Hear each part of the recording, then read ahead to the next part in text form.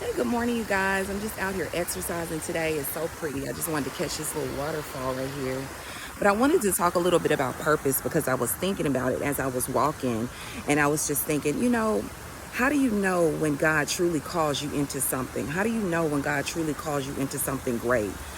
You may not have that big burning bush moment like Moses did, but you know how you're going to know and you're going to be able to tell? Because it's going to make you feel like you can't do it.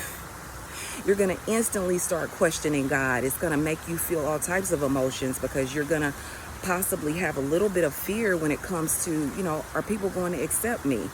Is this God? Are you truly calling me for this? Are you sure that you have the right person? It's not going to be something that you would just be so willy-nilly into doing on your own. And that's exactly how you know that this is something that God is actually calling you to do, because God always gets the glory.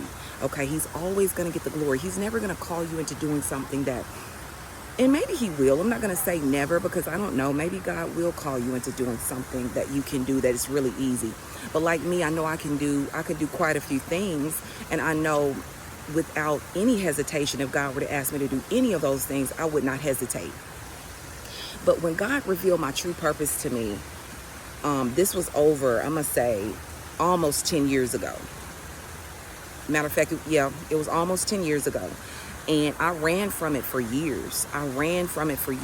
And God kept sending people my way to remind me of that very thing that he talked to me about. And I even went astray. I went astray and started doing my own thing until I ultimately had to come back to the hands of God, because I realized that there is no other place that's going to be my home. There's no other place where I'm going to receive comfort, grace, peace, protection, love like I do with God. And my life is here for a reason. Like, I'm here for a purpose. So I ultimately just surrendered to God and began to allow him to lead and guide me down the path that he would have me to go, and help me to understand who I am, who he is as God the Father in my life, and exactly what he wants me to do, to lay out the blueprint, give me the vision.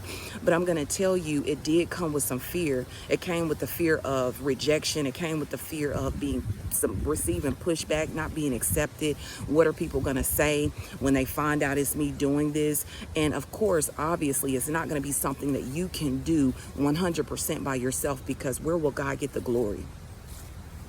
It's always going to be something that maybe you can do 10, 20, even 30% on your own, where God has to step in and do the other 70%, the other 80, the other 90.